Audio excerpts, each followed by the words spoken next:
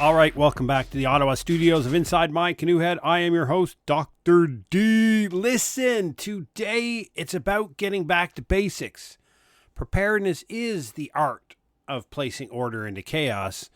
So why are so many people summarily ignoring it and people look like they've lost their you-know-what when something minor happens? So sit back, grab yourself your favorite beverage. Let's get at her.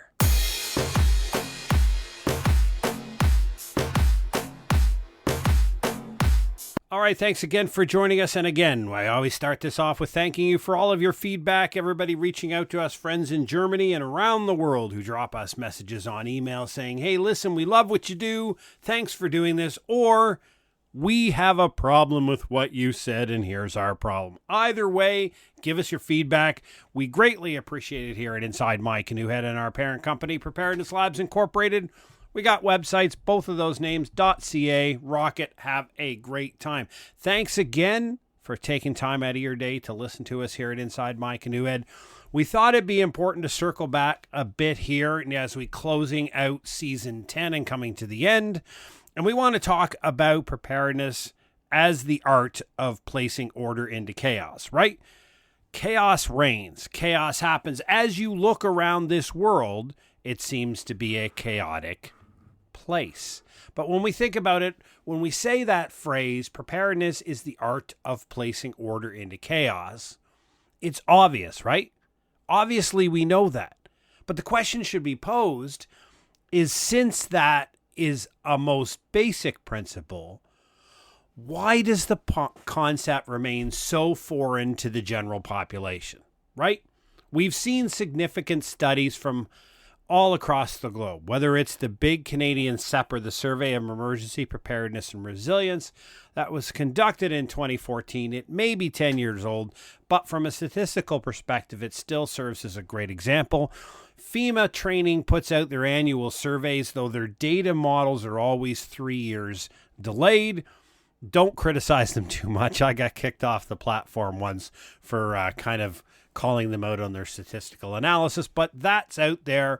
We have subnational governments here in Canada. We have a lot of provincial governments that run reasonably regular surveys. The leadership obviously sits in our province of Alberta, who do an exceptional job of that.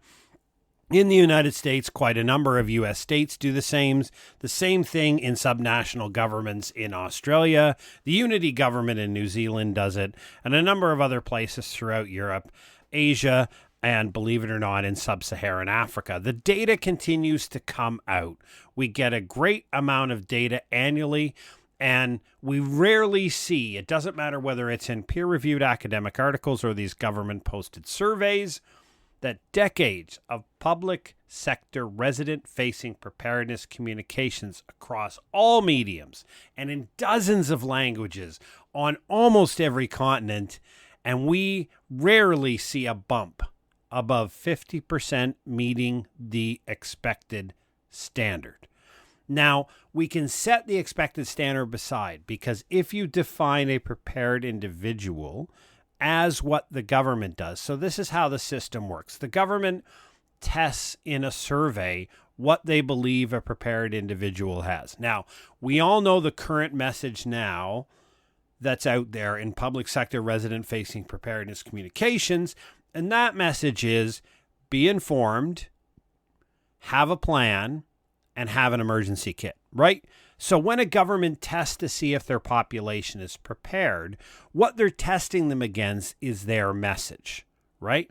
So if they define preparedness as somebody having an emergency kit, somebody who knows where to get information and is informed, and somebody who has made a personal preparedness plan, then they'll test the individuals in surveys to see if they have those things. And if they do, they'll define it. Now, the funny part about that is, and this is where I got in trouble with FEMA training, is FEMA training had put out this standard that at this 1 year that I interrogated them, they had something between 13 and 16 variables. So questions related to, do you have a flashlight? Do you have a first aid kit?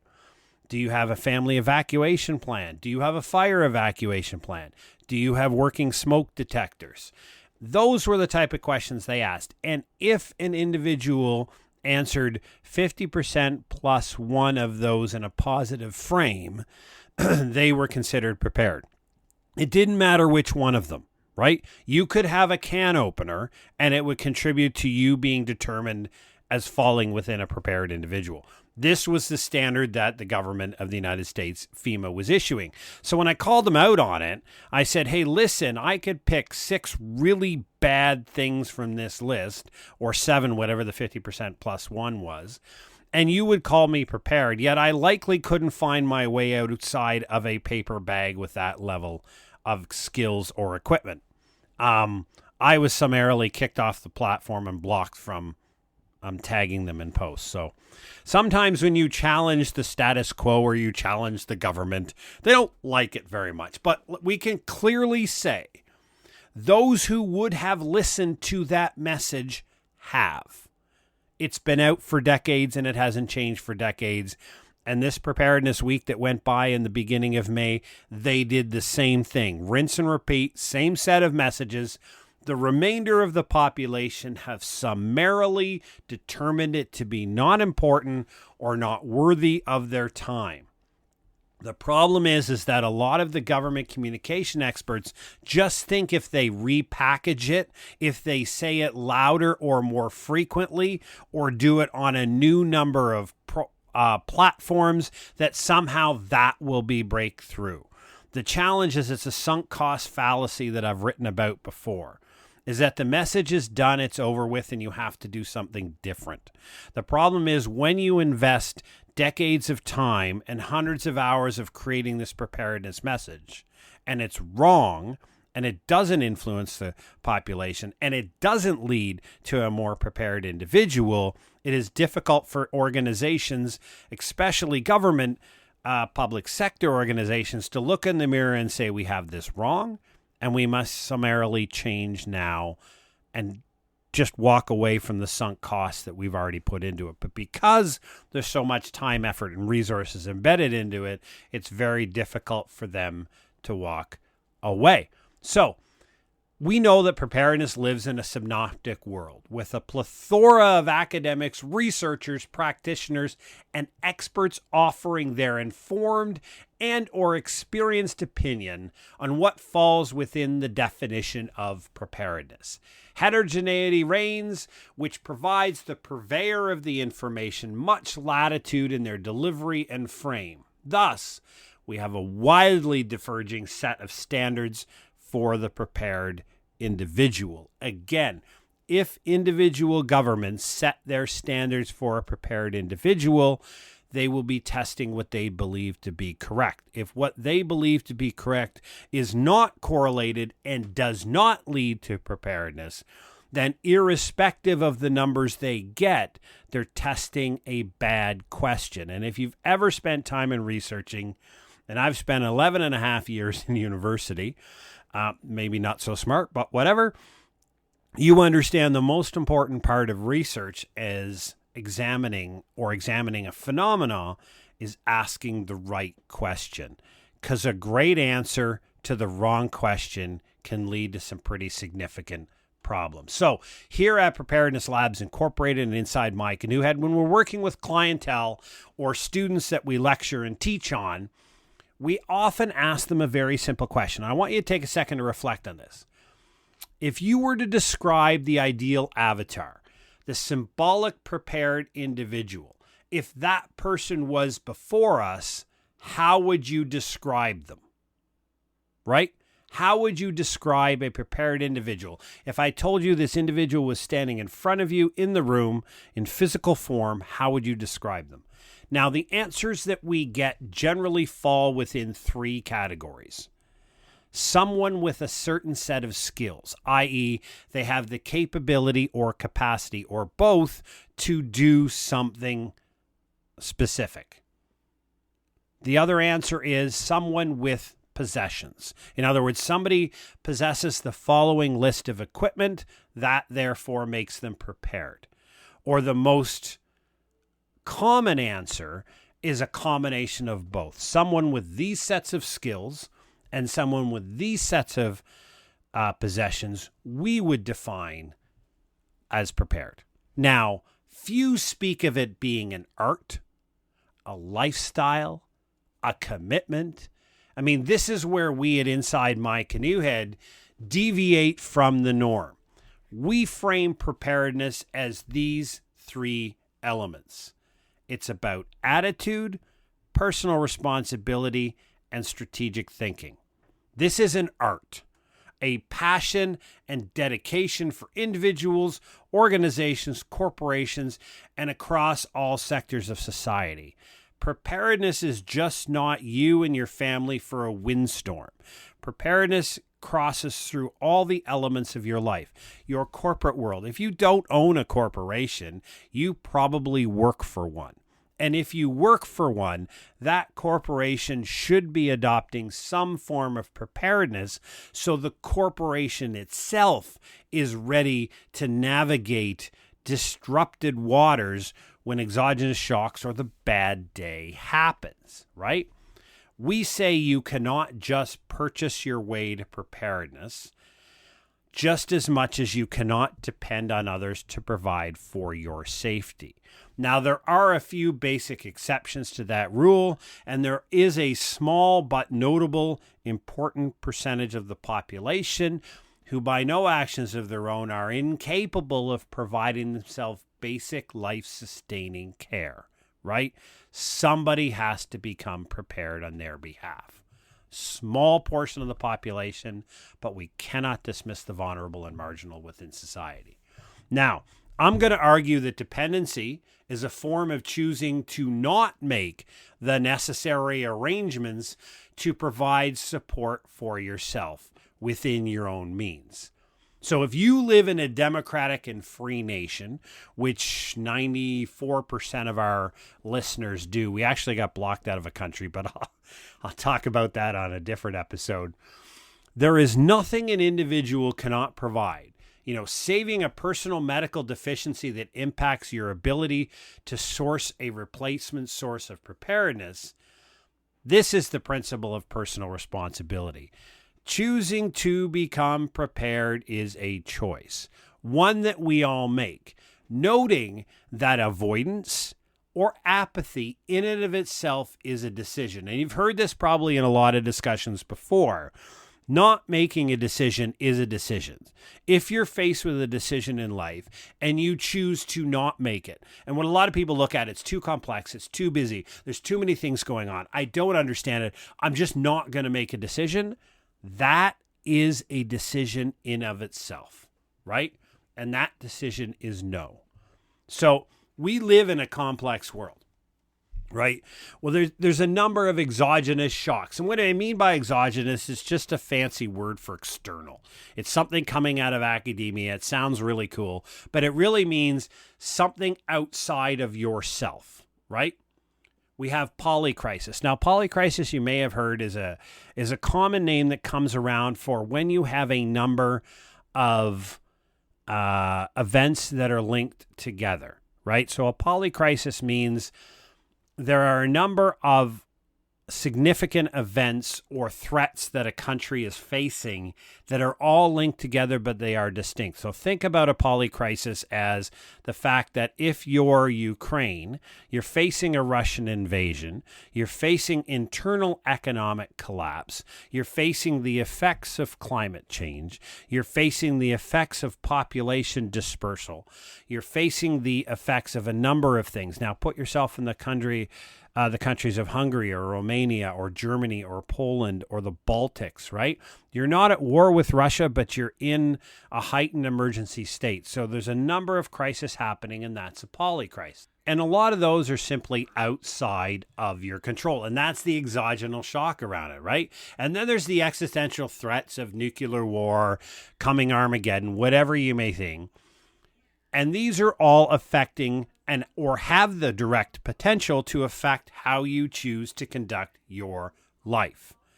Acknowledging these, accepting that we operate within that chaotic world, and that no one is currently sitting at a desk and carving out a roadmap to your security on your behalf, is the start point of attitude, right? orientating your life towards acknowledging that the world, it is what it is. There's largely, if not completely outside your influence. And that with an attitude of acceptance and purpose, the pathway to chase your dreams is yours to create. Now, a lot of people will take that wording of it's beyond your control as I'm not going to think about it, right? And that's the difference we insert. Some people will say it's beyond my control. I can't do anything about it, so I don't give a shit, right? No, that's not what we're talking about. We're talking about it is beyond your control. International events are going to happen. They're out of your influence, but they might significantly impact you, so you consider them. You understand them. You take the attitude of I accept that I choose, that I'm living within this environment. I have a purpose and I have an attitude that I'm going to chase my dreams. That pathway, the roadmap, so we so famously say is all about rocking an incredible life, is the commencement of the strategic thinking element. The acknowledgement that the world around you, as you, the understanding of the known and confounding variable. That means the things you know that influence you, and confounding variables are things that you don't know, but they are currently influencing you.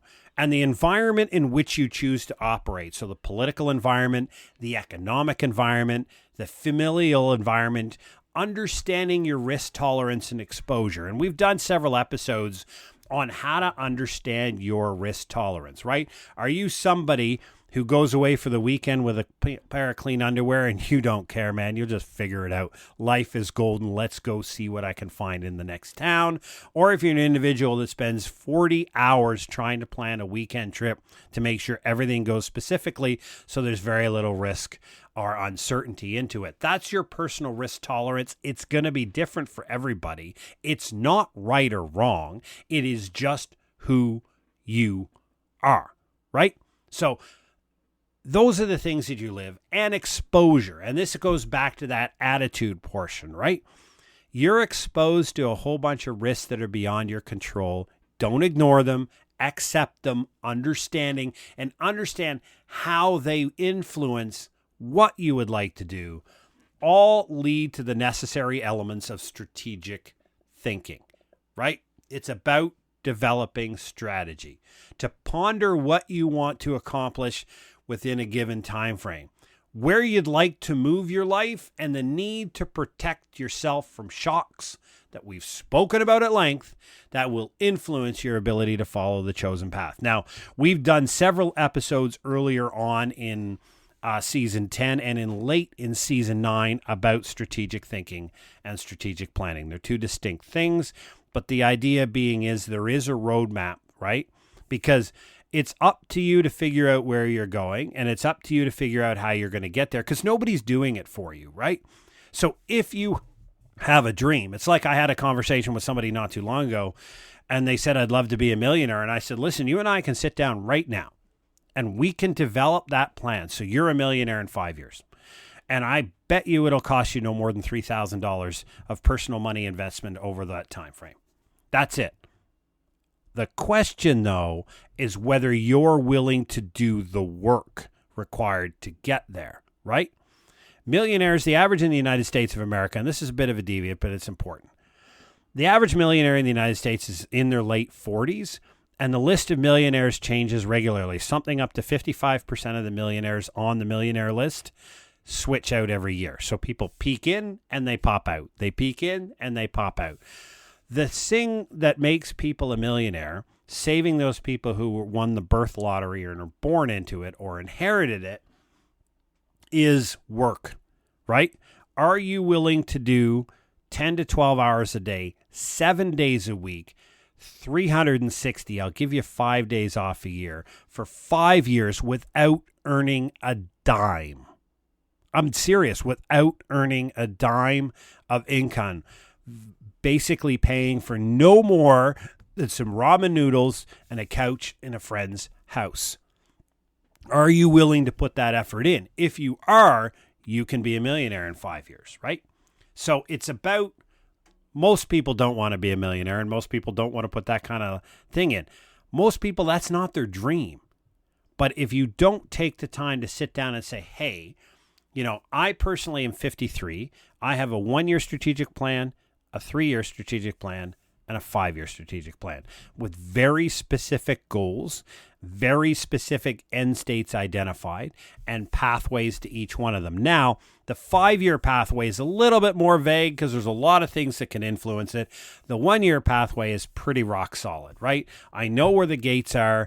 I know where the steps are. So, for example, if I want to, and as I talk about my physical fitness, right? Weight loss is a big thing in the world. I'm on that journey. I peaked out at 238 pounds. My goal is to hit 180, right? That's a 1-year weight loss program. There are very specific gateways and a very specific strategy for me to get there. I'm on that road.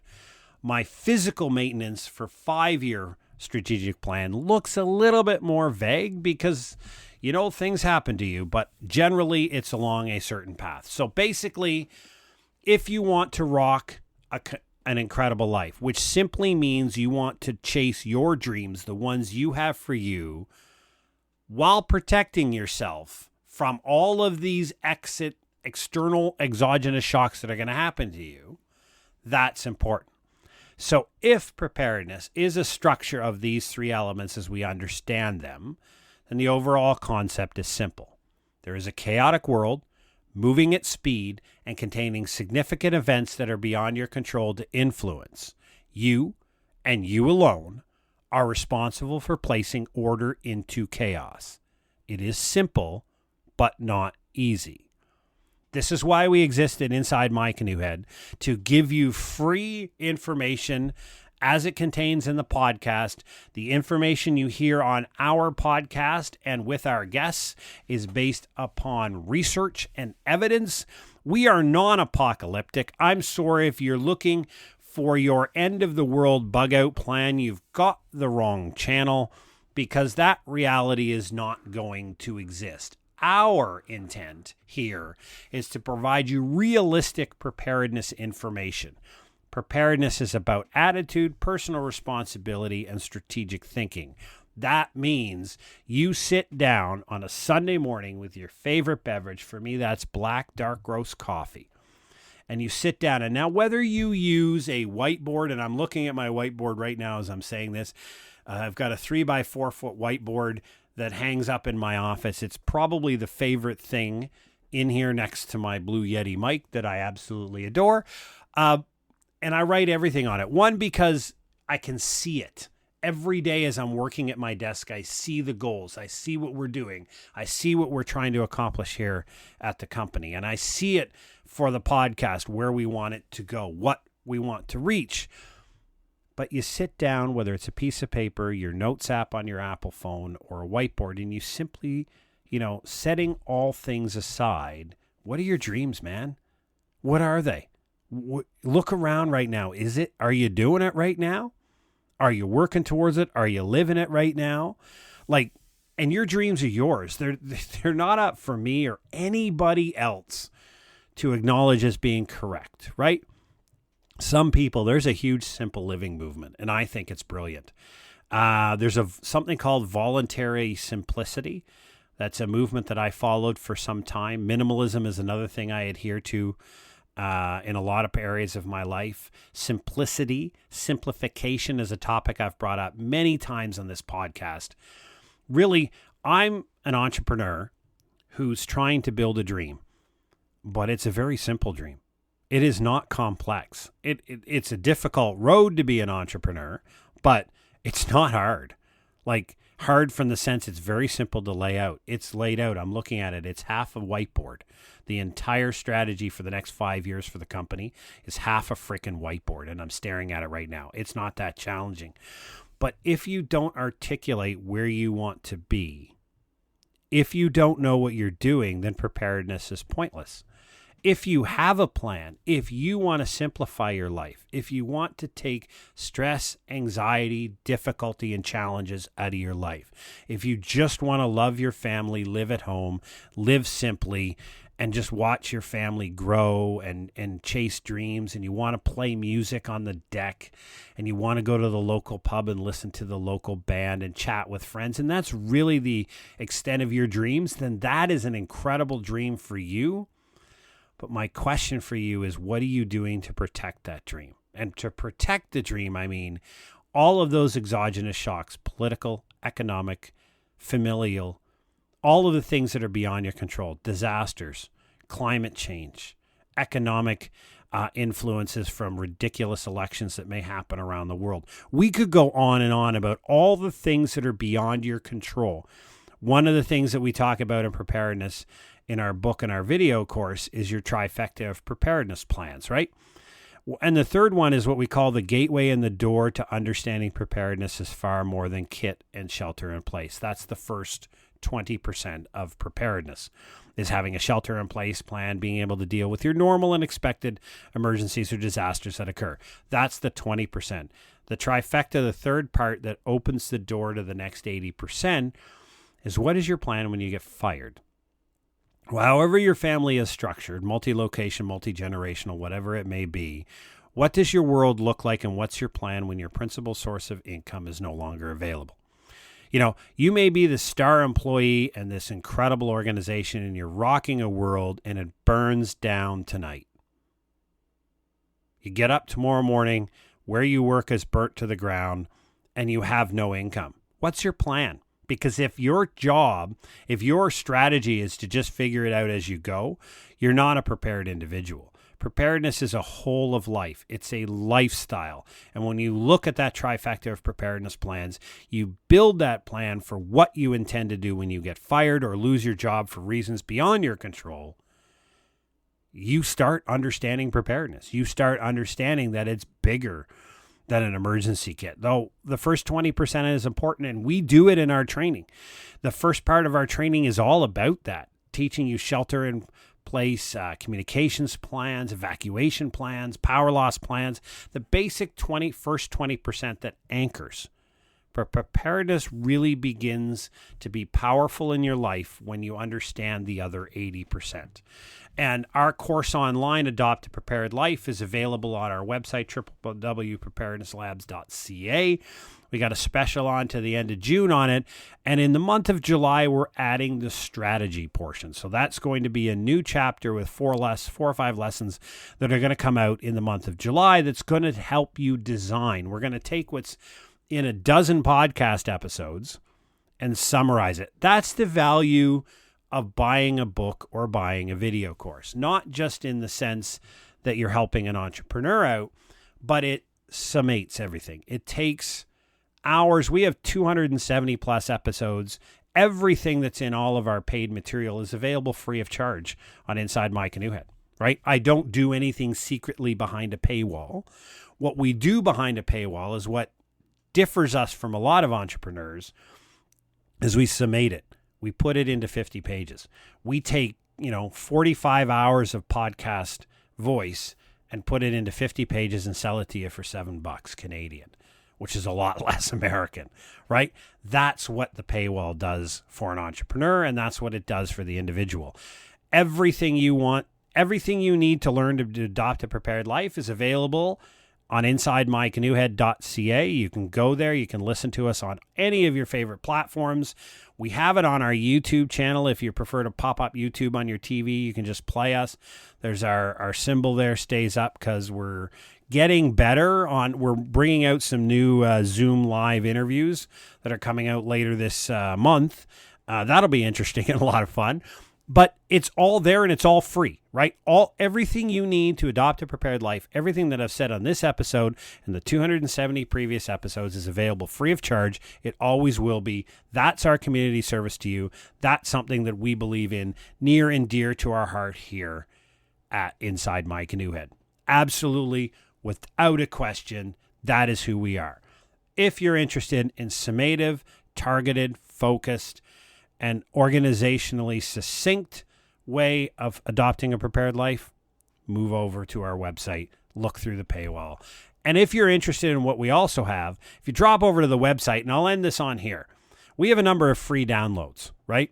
So we have a 3-page family preparedness handout available on our website, free download. You don't even have to give me your email, right? I don't know you're there. I'm not capturing your email. I'm not going to spam you with stuff. Just go there and download the free thing. I'll never know you were there. I mean, I'll know you're there because I'll see a download, but I won't know who downloaded it. I don't get that information. Right above that, you'll see the opportunity. We put out a weekly newsletter about preparedness every Thursday. You can subscribe for that right there. Drop your email in. I don't sell that list. I don't give it to anybody else. It's simply part of the 1 week. And periodically, I will put sales and offerings for people who are on our email list. Doesn't cost you anything. Cancel anytime. Unsubscribe. Very simple. And I won't ask you a plethora of questions or any questions if you decide to unsubscribe. We can just part as friends and you can carry on with life. We also have the Journal of Preparedness in Canada, which is a publication that we started last year. And basically what that is a whole bunch of collections of articles from individuals, myself, the research division of Preparedness Labs Incorporated, and notable things we highlight about movies or podcasts or music or something related to preparedness. And we put this out quarterly. This last issue was delayed due to some unforeseen circumstances with some copyright issues. I'll get into that some other time in the future, but it's coming out later this month. So issue 3, it normally comes out in February, May, August, and November. Check out that. That's free to download as well. You don't need your email. I won't know you're there other than somebody downloaded it. So that's what we do here. Hopefully today's discussion on placing order into chaos and what preparedness is, what the 3 elements that we argue are important here, how we go about that, why we see them important, and how the roadmap works for you. Preparedness is that insulation. You wrap yourself and your family in a blanket of insulation so you can chase your dreams.